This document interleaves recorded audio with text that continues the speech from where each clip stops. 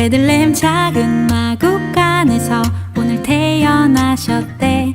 아주 오래전부터 예언되었던 그 일 오늘 바로 이뤄진 거야. 그 얘기 들어봤니? 우릴 위해 구주가 나셨대. 베들레헴 작은 마국간에서 오늘 태어나셨대. 우릴 죄악 가운데 버려둘 수 없어서 하나님의 사랑이 여기 내려오셨대. 하늘에는 영광이요, 땅에는 평화로다. 모든 사람 기뻐할 큰 기쁨의 소식, 그 얘기 들어봤니?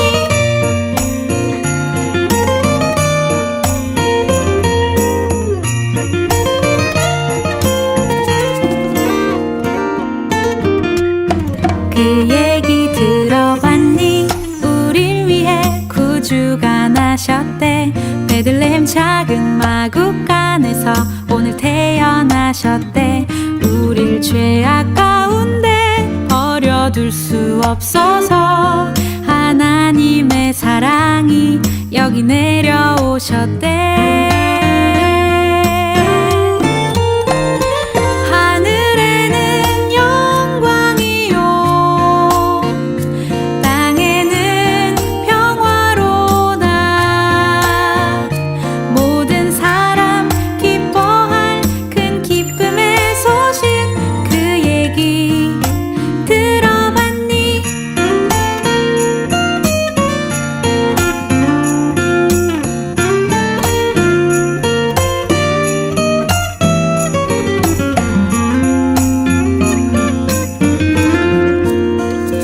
하늘에는 영광이요,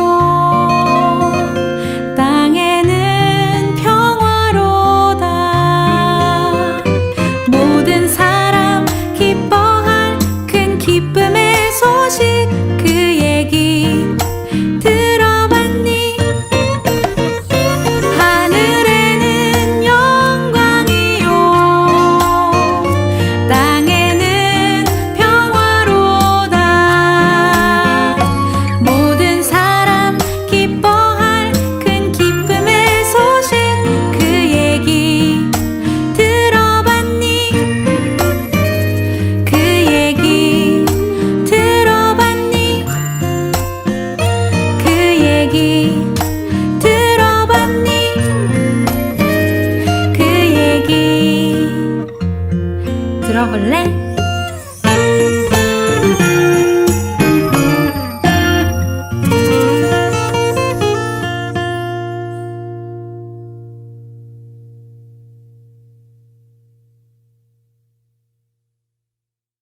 오늘 우리에게 주시는 하나님의 말씀은 창세기 36장 1절에서 43절의 말씀입니다. 에서 곧 에돔의 족보는 이러하니라. 에서가 가나안 여인 중 헷 족속 엘론의 딸 아다와 히위 족속 시브온의 딸인 아나의 딸 오홀리바마를 자기 아내로 맞이하고 또 이스마엘의 딸 느바요의 누이 바스맛을 맞이하였더니 아다는 엘리바스를 에서에게 낳았고 바스맛은 루우엘을 낳았고 오홀리바마는 여우스와 얄람과 고라를 낳았으니 이들은 에서의 아들들이요 가나안 땅에서 그에게 태어난 자들이더라. 에서가 자기 아내들과 자기 자녀들과 자기 집의 모든 사람과 자기의 가축과 자기의 모든 짐승과 자기의 가나안 땅에서 모은 모든 재물을 이끌고 그의 동생 야곱을 떠나 다른 곳으로 갔으니 두 사람의 소유가 풍부하여 함께 거주할 수 없음이러라. 그들이 거주하는 땅이 그들의 가축으로 말미암아 그들을 용납할 수 없었더라. 이에 에서 곧 에돔이 세일산에 거주하니라. 세일산에 있는 에돔 족속의 조상 에서의 족보는 이러하고 그의 자손의 이름은 이러하니라. 에서의 아내 아다의 아들은 엘리바스요. 에서의 아내 바스맛의 아들은 루우엘이며 엘리바스의 아들들은 대만과 오말과 스보와 가담과 그나스요.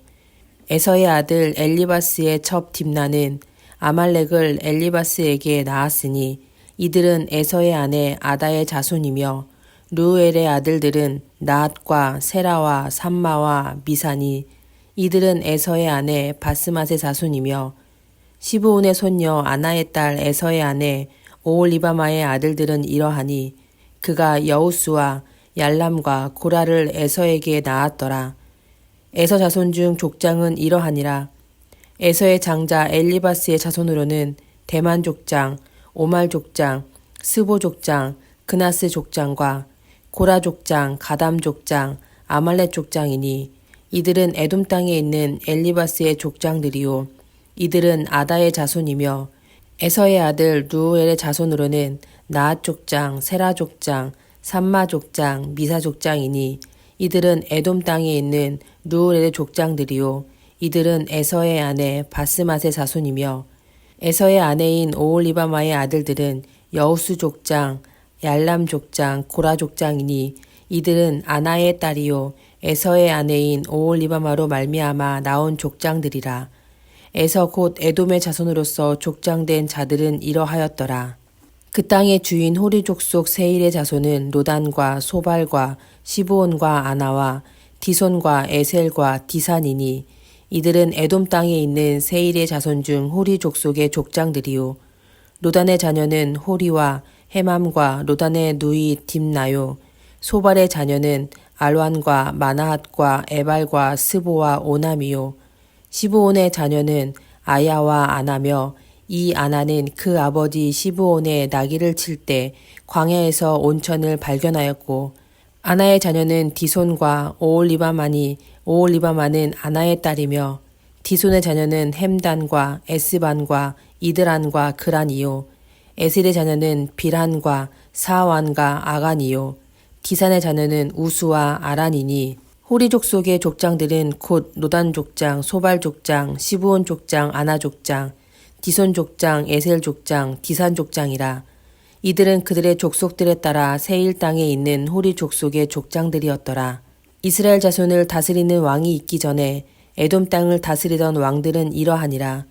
부올의 아들 벨라가 에돔의 왕이 되었을 때 그 도성의 이름은 디나바며 벨라가 죽고 보스라 사람 세라의 아들 요밥이 그를 대신하여 왕이 되었고 요밥이 죽고 대만 족속의 땅에 후삼이 그를 대신하여 왕이 되었고 후삼이 죽고 부닷의 아들 곧 모압들에서 미디안 족속을 친 하닷이 그를 대신하여 왕이 되었으니 그 도성 이름은 아윗이며 하닷이 죽고 마스레가 삼나가 그를 대신하여 왕이 되었고 삼나가 죽고 유브라데 강변 르호봇의 사울의 그를 대신하여 왕이 되었고 사울이 죽고 악볼의 아들 바알하단이 그를 대신하여 왕이 되었고 악볼의 아들 바알하단이 죽고 하달이 그를 대신하여 왕이 되었으니 그 도성 이름은 바오며 그의 아내 이름은 부에다벨이니 바드렛의 딸이요 베사압의 손녀더라.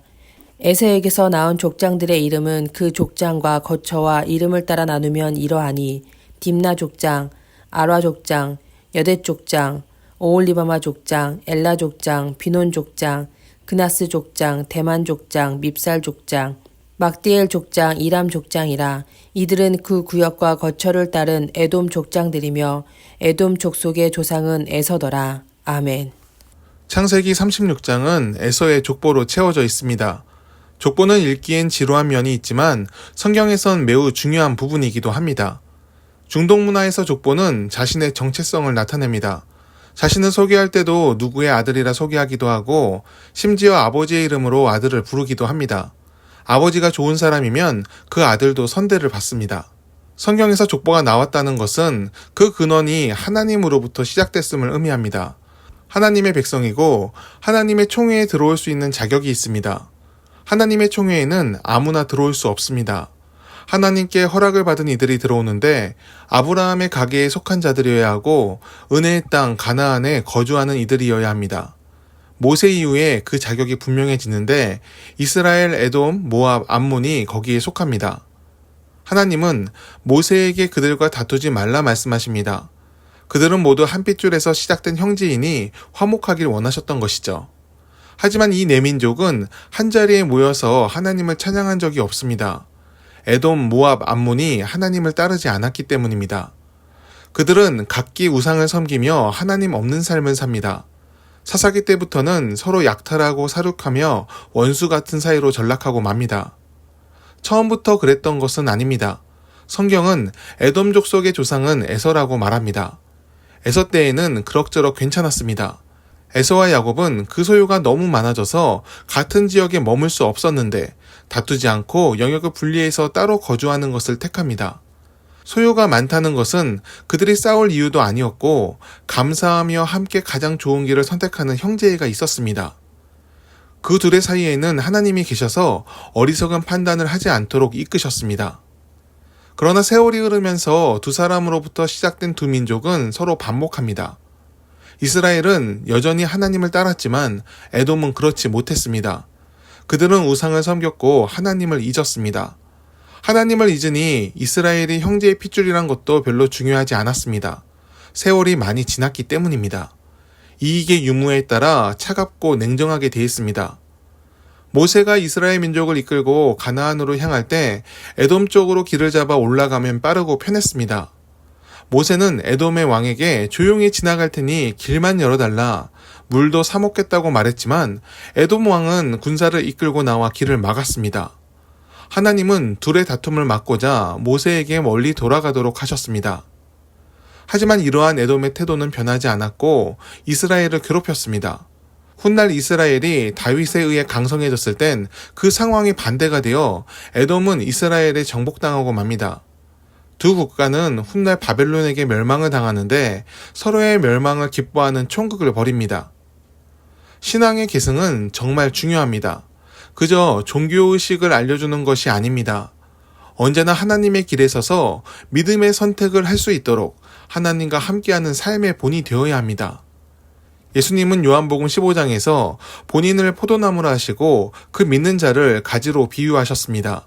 이 말씀처럼 신앙을 전해주는 것은 주님께 붙어있는 가지가 되도록 이끄는 것입니다. 오늘날 한국교회가 위기라 말하는데 그중 제일 큰 것이 젊은 세대의 감소입니다.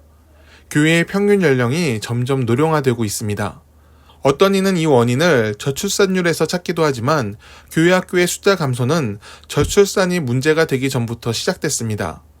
어느 딱 한 가지로 볼 수는 없지만 큰 틀에서 신앙이 제대로 계승되지 못했습니다.